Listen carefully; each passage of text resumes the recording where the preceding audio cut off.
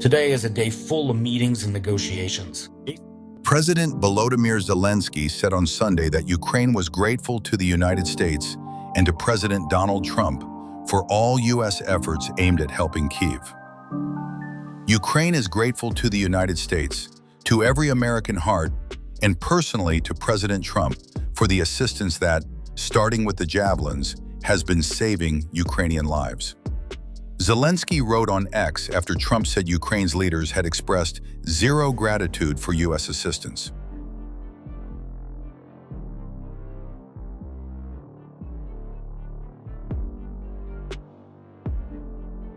Zelenskyy also expressed thanks to Europe and the G7 and G20 groupings of countries for their help, saying efforts to maintain this support were important. We've had probably the most productive and meaningful meeting so far in this entire process since we've been involved from the beginning.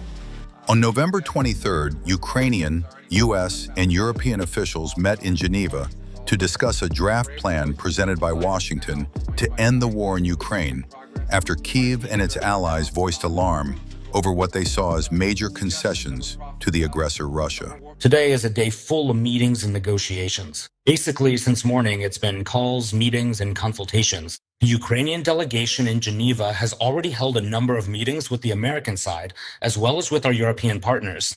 Just now, the delegation reported on the results of the talks. And these were thorough conversations. A lot is changing.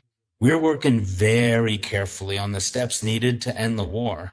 Negotiations in Switzerland will continue today.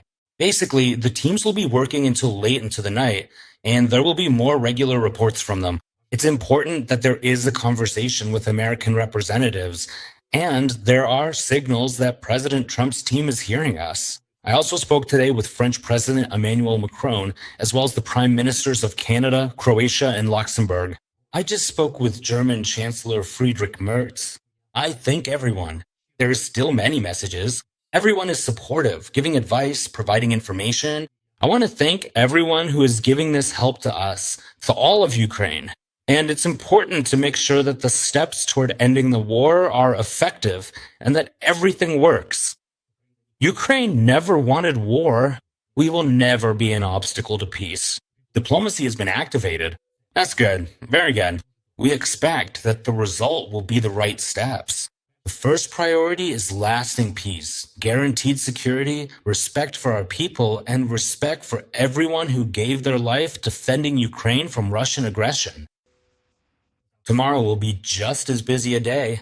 We are defending Ukraine's interests. And the strength of our position, the strength of our state position, the Ukrainian people's position, is that it is our shared position.